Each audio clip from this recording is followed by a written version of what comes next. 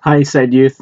Uh, Hope you guys are doing well. If you're like me, you've been sitting in front of a computer a lot recently. And so these aren't real glasses, they just are like computer nerd things. Yeah, this is your midweek kind of in check in and encouragement. Um, I just wanted to let you guys know. As of right now, my hunch is that we are probably going to cancel the bike ride for this Saturday. I will let you guys know that for sure by tomorrow. We're supposed to get a pretty good storm this evening, so we'll see what that does as far as smoke goes. And Salem has kind of more wind and rain on Saturday, and so that would be making for kind of an icky bike ride. If it turns out that Salem's going to be janky, but Albany is not, maybe we'll swap and do a ride down here. But I'll let you guys know that by tomorrow afternoon. But yeah, besides that, unless something crazy happens smoke-wise again, I'm planning on having regular youth group Sunday morning. If you didn't see, if you are one who regularly comes Sunday morning, or if you were looking to begin coming, this Sunday the youth are leading kids church. So I'm super excited about that. We're going to have first service, so that's going to be every month, the third Sunday of the month. We are on for kids church. So I've talked to you guys before, like kids ministry really does take a village, and we're part of the village. So we're going to play our part. And really, think of it as like these are the kids that are going to be moving up into our group. So we're getting to know them now, and showing them that, that Eastside and the youth at Eastside care about them and want them there, and that there is a place for them, even not just as kids, but also when they move into those teenage years. So we're excited for that. But for now, we're going to continue our study in Galatians. We're going to start Galatians chapter 5 this week.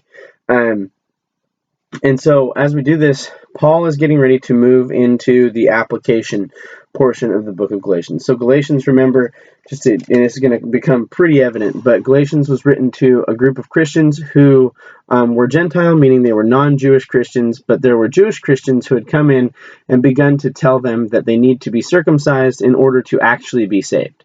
And so this week, Paul gets kind of graphic. Let's start.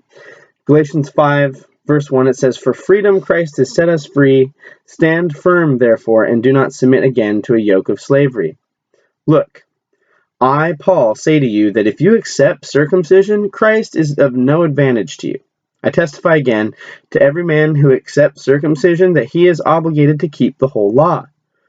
You are severed from Christ, you who would be justified by the law. You've fallen away from grace. For through the Spirit, by faith, we ourselves eagerly wait for the hope of righteousness. For in Christ Jesus, neither circumcision nor uncircumcision counts for anything, but only faith working through love."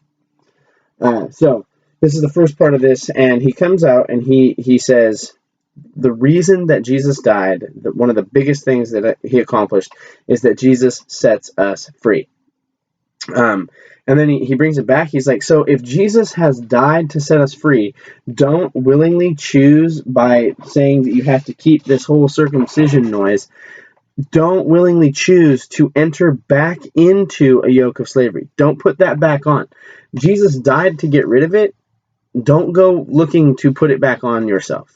And he says that if you accept circumcision, he's not saying like, if you have been circumcised or if people in the future decide to be, but rather he's talking about those who would say that you have to be circumcised in order to actually be saved or be a part of the family of God.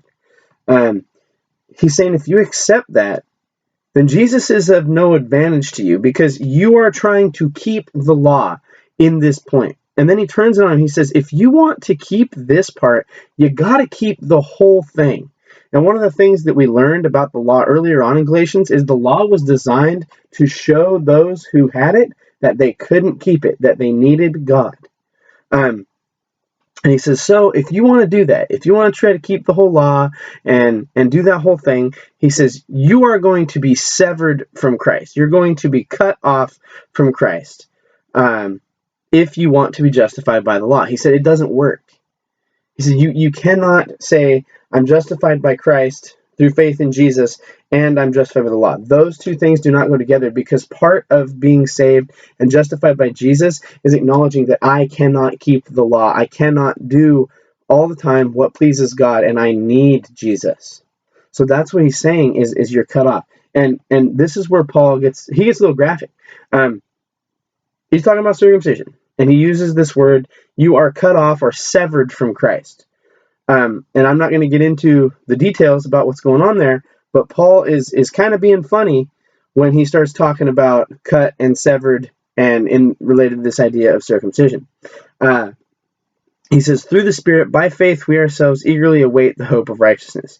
For in Christ Jesus, neither circumcision nor uncircumcision counts for anything. And that's tough, maybe for these Jewish people to hear. And I don't actually necessarily think that they believed that they needed it. I think they were just kind of being turds and subjecting these people to something they didn't need. But here Paul says, that stuff doesn't matter. What matters is faith that evidences itself and works out of love. So it's a faith that you have on the inside that is evidenced and displayed amongst one another through the love that we show for one another. Let's continue, verse 7. You were running well. Who hindered you from obeying the truth? This persuasion's not from him who calls you. A little leaven leavens the whole lump. I have confidence in the Lord that you will take no other view, and the one who's troubling you will bear the penalty, whoever he is. But if I, brothers, still preach circumcision, why am I being persecuted? In that case, the offense of the cross has been removed. I wish those who unsettle you would emasculate themselves. All right. So Paul,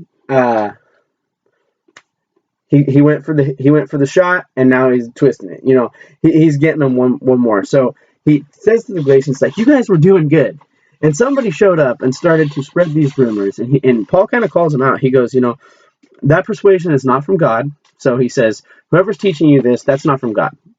And one of the reasons that he says that is said, I'm being persecuted for calling against this. He goes, if I agreed with this and I was like, this message is from Jesus, why would they be after me?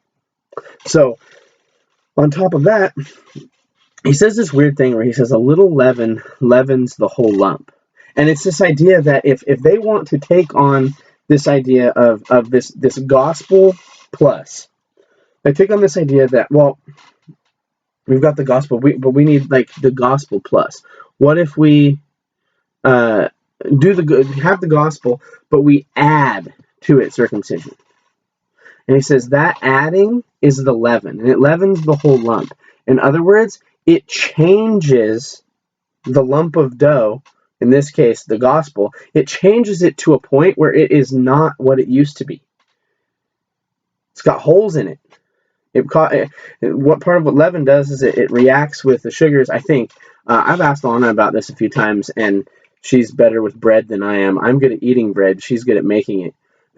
But it reacts with the sugars, and it produces air, I believe, is what it does. And it causes holes.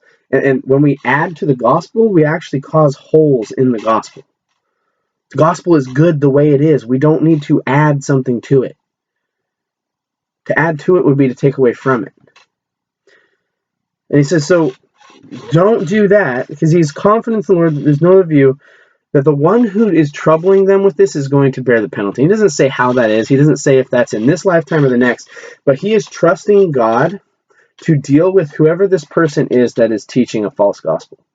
And, you know, if you're like me today, there's a lot of folks who are very popular who teach false gospel. And that frustrates me. And one of the things that this verse 10, is really comforting is that God can deal with them. And he will. He's going to hold them accountable to what they've taught. And even though I think it's good for us to do that in this life, for the benefit of the church, that's what Paul's doing in the book of Galatians. When we cannot, God is able to, and he will one day. He says, and then at the end of this section, he says, I wish those who unsettle you, those who teach you and say to, he's talking to Galatians, he says, those who say to you, Galatians, that you've got to be circumcised in order to actually be a part of the family of God, Paul says, I wish those people would emasculate themselves. He says, I wish they would take it one step further. If they mean it so much, I wish they would go all the way and cut the whole thing off. That's pretty dark, Paul. But what he's getting at is he's playing to this funny, this joke, and he's like, okay, these Jewish Christians who are teaching this false doctrine, if you really believe it, go one step further yourselves. Take it to the next level. Why stop there? That's kind of what Paul's getting at. And then to close out this first section, Galatians 5, verse 13, you were called to freedom, brothers. Do not use your freedom as an opportunity for the flesh, but through love serve one another.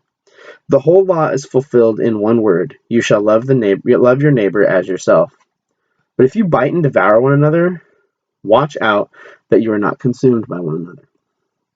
So remember, Paul earlier on in this little section, he talked about how what really matters, like what really counts, is faith that produces love. And here he's saying, like, if you are free, stop using your freedom to nip and bite and get at each other and poke at each other and cause each other to stumble. Rather, use that freedom to express the faith you have and show love to one another. And he says, if you want to keep a law, if you want to look for a law to keep, he says this, you can keep the whole law is between you and your brothers and sisters in the family of God. The whole law is fulfilled in this. Love your neighbor as yourself. Paul says, if you're looking for a law to keep that one. And stop looking for a different one. He says, but if you don't, and you want to keep doing this bite and devour and pick at each other, watch out that you don't consume one another. Watch out that you don't utterly destroy each other in the bond that you have. He's talking about their relationship, not just to Christ, but to one another, this unity. He says, you're going to destroy the unity that you could have in Jesus if you just stopped looking for ways to one-up one another or say that somebody's better or more close to God than another, and say, no, you've been changed by Jesus. You have the same God that we do. Love one another. So that's Galatians 5, 1 through 15. We're nearing the end of Galatians, but we're just going to keep going. I hope you guys are doing well. Getting back to school. The online thing is weird, and it's slow moving right now. I get that, but just hang in there. If y'all need help or questions, feel free to ask. We're here, but we will see you guys on Sunday, if not sooner for the bike ride, but I'll let you know more about that soon. Love you guys. Stay safe.